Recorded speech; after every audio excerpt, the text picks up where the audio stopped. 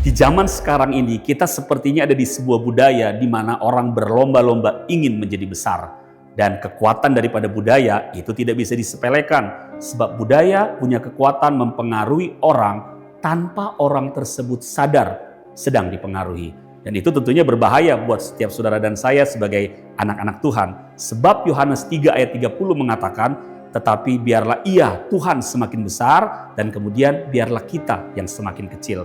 Biarlah kebenaran firman ini kita ingat untuk kemudian kita terus menyadari bahwa seharusnya dalam kehidupan kita Tuhanlah yang semakin besar, bukan kita yang semakin besar. Saya jadi teringat kisah daripada Mother Teresa, seorang wanita yang sangat menginspirasi di Kalkuta, India, di mana dia merawat orang-orang yang terluka, bahkan orang-orang yang penyakit kusta pada saat itu.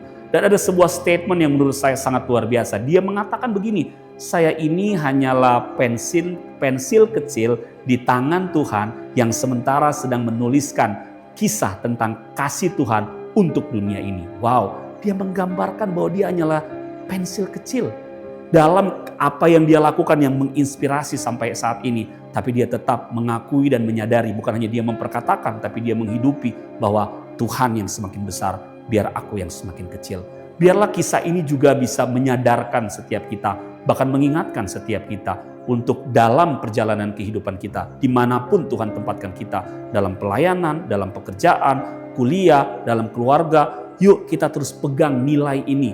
Biarlah Tuhan yang semakin besar dan aku semakin kecil. Sehingga pada waktu kemudian kita dalam hidup ini mengalami hal-hal yang sepertinya tidak kita inginkan, kita disepelekan, kita dikecewakan, bahkan kita mungkin diabaikan, kita tidak akan sakit hati. Karena bagi kita, biarlah Tuhan yang semakin besar dan aku semakin kecil. Yuk kita hidupi nilai ini sehingga kemuliaan Tuhan akan semakin dinyatakan dalam hidup kita. Tuhan yang dipermuliakan dalam kehidupan kita. Dia semakin besar, kita semakin kecil. Tuhan Yesus memberkati.